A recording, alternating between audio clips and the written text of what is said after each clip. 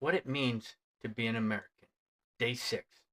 Loving America means leaving it better than you found it. Welcome to Spin Cycle America. I'm Coach. This isn't about political parties. This is about principles. It's about history, responsibility, freedom, and having honest conversations about the country we all call home. Let's get started.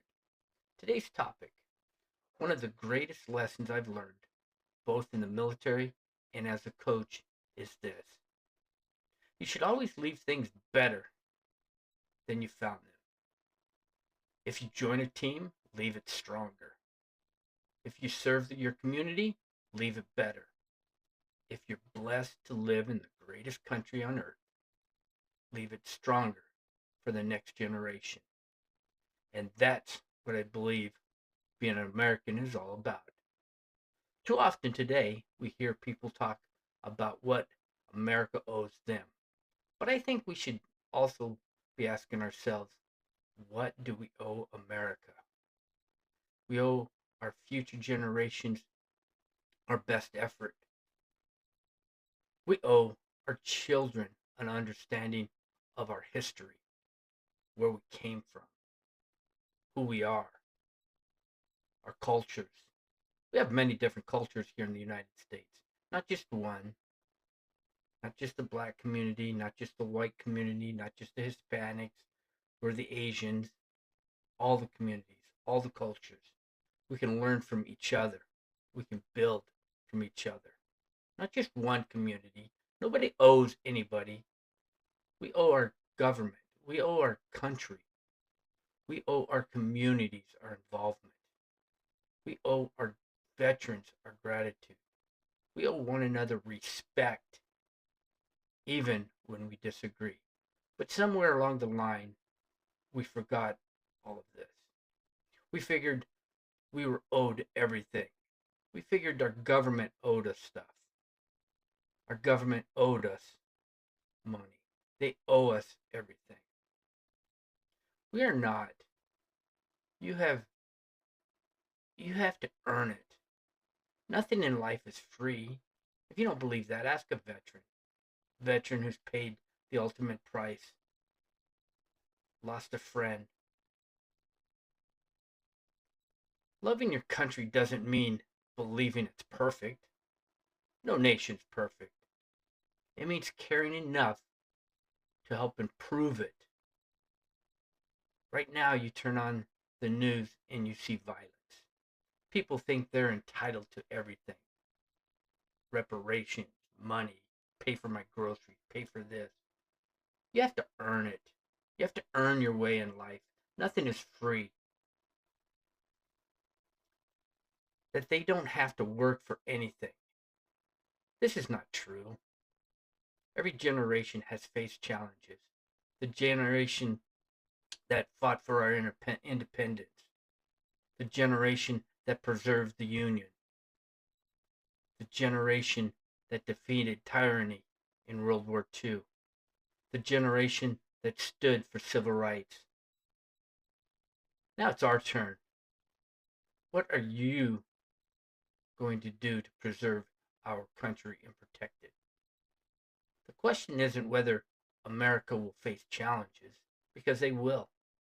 There's many more challenges to face, many more hills to climb, many more mountains to scale. The question is whether we'll rise to meet them, to meet that challenge. The future of America won't be decided only in Washington. It will be decided in our homes, in our schools, in our churches, in our neighborhoods, in our workplaces. All across the nation, it's going to be decided. You're going to decide it.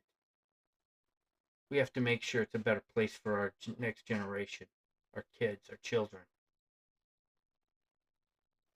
And in everyday choices ordinary Americans make, that's where the strength of our nation has always come from. Become part of the solution, not the problem. Too many people think they that the government owes them something. They don't. Become part of that solution. So here's a little bit about the Constitution. Article 6 of the Constitution requires public officials to take an oath to support the Constitution.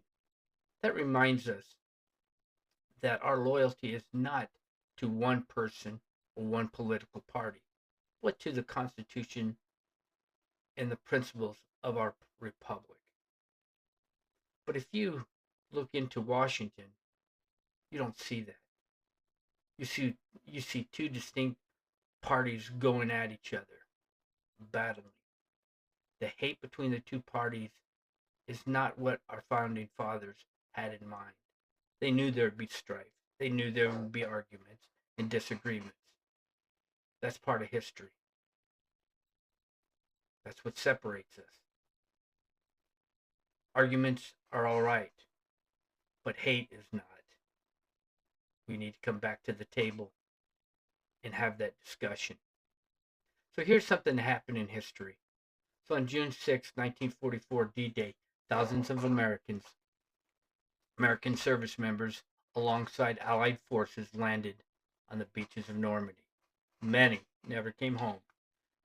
Their courage helped liberate Europe from Nazi occupation and remains one of history's most powerful examples of sacrifice to defend our freedom. Freedom has never been free, and it will never be free. We have to fight and preserve it every day. There are groups of people trying to take that away from us every day, even today.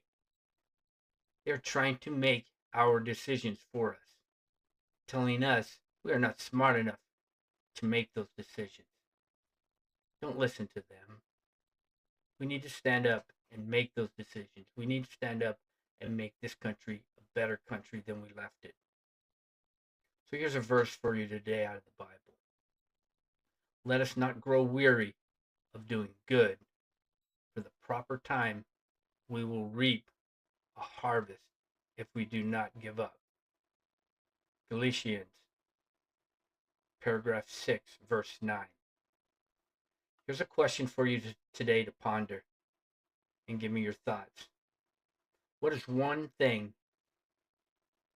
each of us can do to leave America better for our grandchildren and our children? Love to hear your thoughts and comments. So here's a coach's challenge as well. Today I want to challenge you to invest in the next generation. Teach them something. Teach your grandchildren something. Teach your children something. Teach them about America. Not the hate. Not the fighting going on. Now, explain to them what's going on. Help them understand. Don't show them and teach them to hate one another. Teach them to respect each other, regardless of what their religious preference is, or regardless of what their race is, or the color of their skin. Read part of the Constitution together with them. Visit a veterans memorial. Attend a local event.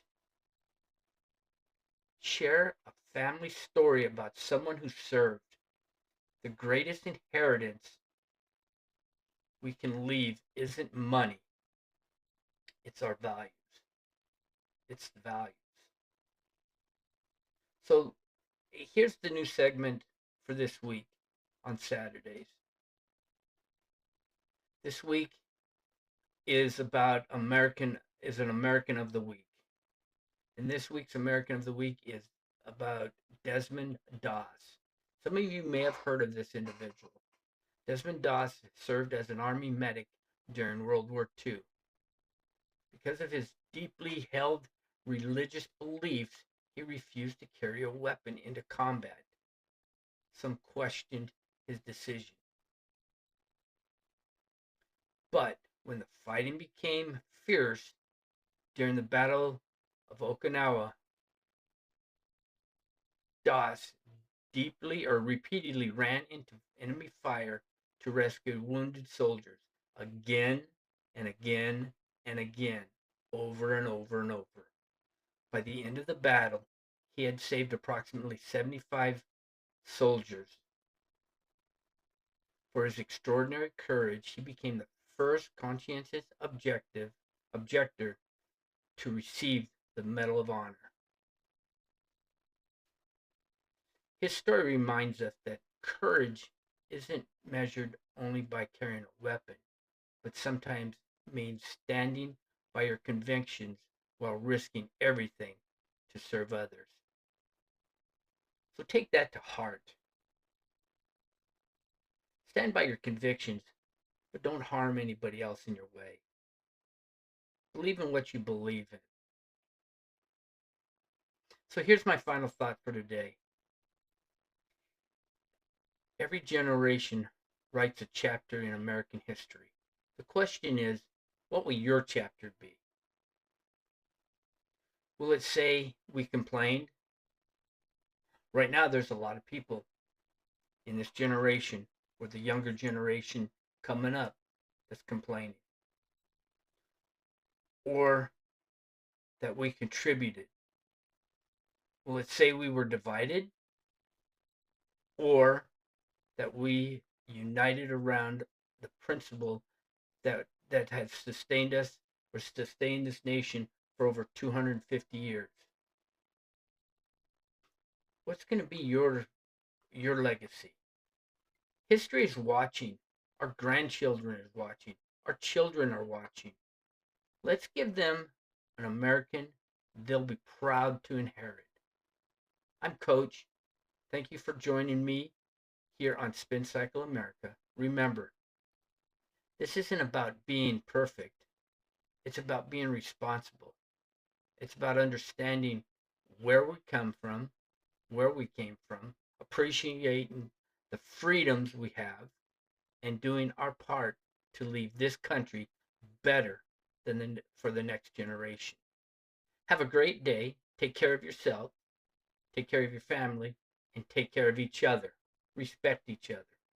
God bless you, your family, and God continue to bless the United States of America. And you all have an outstanding day.